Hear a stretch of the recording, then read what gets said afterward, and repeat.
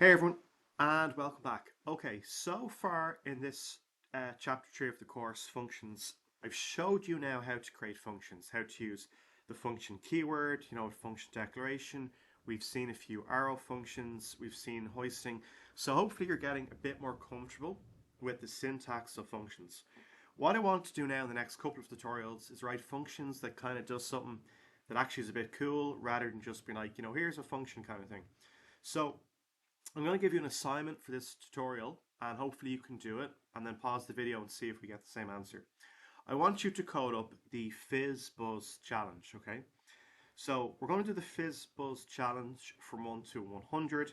It's a very popular programming concept. I personally never played the game as a kid, but basically what it is the first person has to shout out the number 1, the next person has to shout out the number 2, but when you get to the number 3, that person actually has to shout out fizz.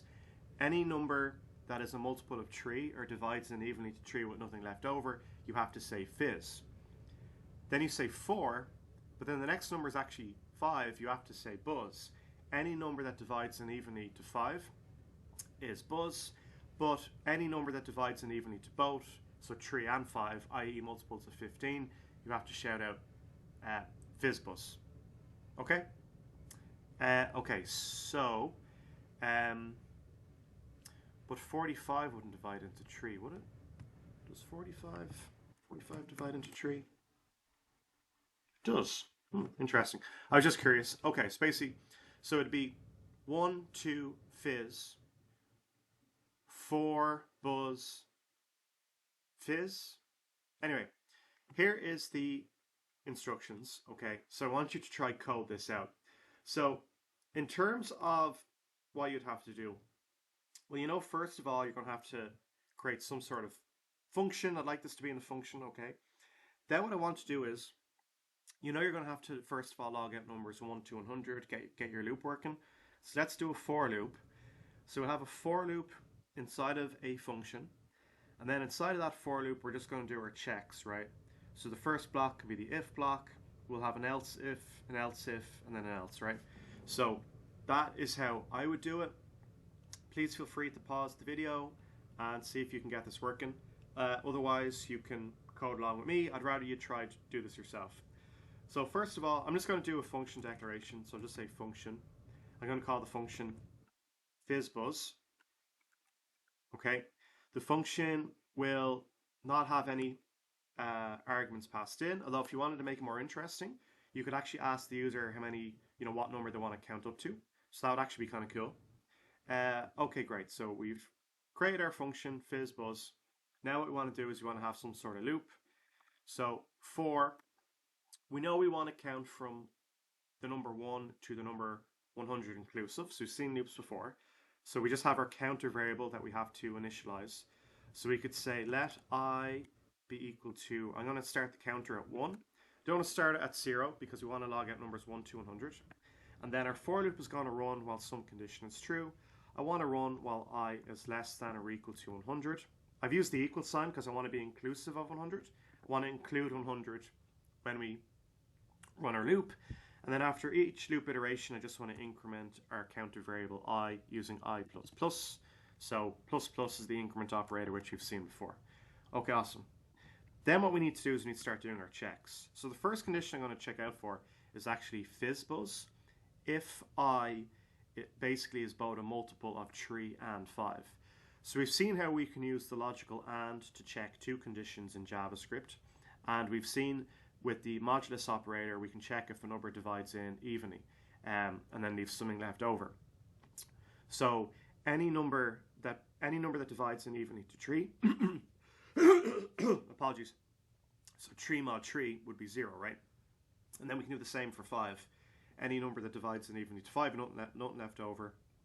So I mod 5 would be a multiple of 5. So what we'll do is we'll just create both our conditions that we want to check for. So I'm going to have some water, I'm so sorry. Okay, so if I divides in evenly to 3 and there's nothing left over, we know that that number is a multiple of 3. 3, 6, 9, 12, etc. But we want to check if I also divides in evenly to 5 and nothing left over. So we'll just copy this code here and we'll write I mod 5 strictly equal to 0. So I'm checking for both conditions. Checking to see if the number divides in evenly to 3 and if the number divides in evenly to 5.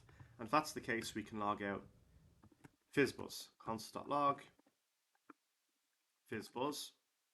Okay, awesome. Now we want to check to see for fizz. So if the number divides in evenly to 3, nothing left over. So we can say else if, then we want to basically check for a condition here, else if I mod 3. I'm not going to copy the code above, I just want to type this out line by line with you, so we're just talking through the code. So else if I mod 3 is strictly equal to 0, we want to run our code. So you can say console.log fizz. Awesome. Okay. Then we're going to have our else if. We want to check to see if I divides in evenly to 5. I'll just create a bit of space between these the way I did above. Why is else if given out to me? I'll come back to that. I think it just wants the final else.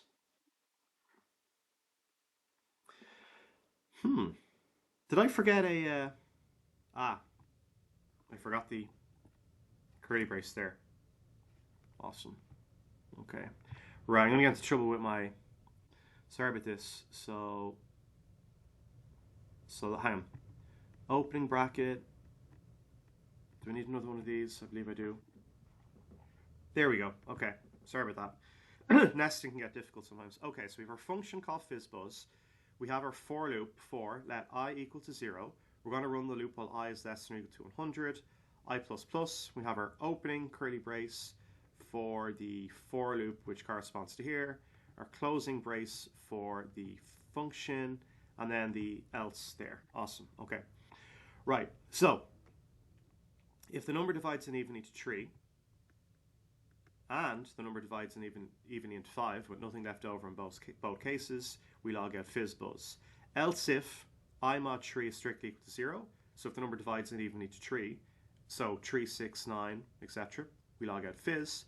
Else if the number divides in evenly to 5, what we'll do is just log out buzz. Console.log buzz.